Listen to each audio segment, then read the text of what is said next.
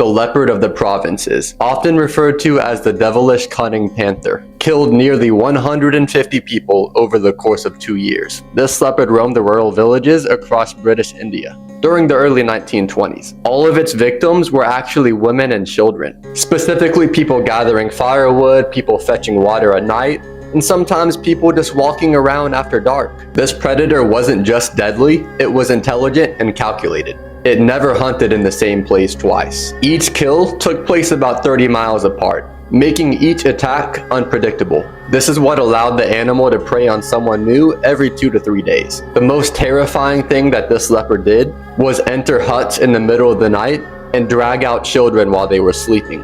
Villagers began to panic, refusing to leave after dark. This leopard had become way too much of a problem and it was time to act. Local authorities and hunters decided it was time to track the beast down. A young boy was killed by the beast and a hunter decided to camp by the body and wait for the leopard to appear. But the leopard waited for the hunter to fall asleep and then it returned to its kill. How do you fall asleep while hunting a dangerous predator? I know they didn't have energy drinks back then, but you can't be out here trying to hunt a man-eating leopard and be out there falling asleep. What the heck? The hunter continued his mission, and a few nights later he encountered the leopard a second time. This time, the leopard almost killed him, but fortunately some villagers arrived and managed to scare the leopard away, before it was time for this hunter to say goodnight permanently.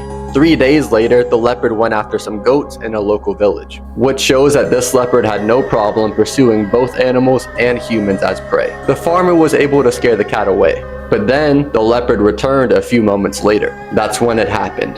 The farmer shot and killed the leopard from about 5 yards away using a homemade pipe gun. And this farmer had no idea that this was a man-eating leopard until he brought the carcass to the hunter. That's when the leopard was cut open and balls of human hair was found inside of its stomach, confirming that this very much was the famous man-eating leopard. But something was off. Usually a predator will hunt humans because it's injured or has a broken tooth, making it much harder to hunt traditional prey, causing it to go after an easier prey such as humans. But this leopard was in pretty good health. So that makes you ask the question, why did this leopard go after humans?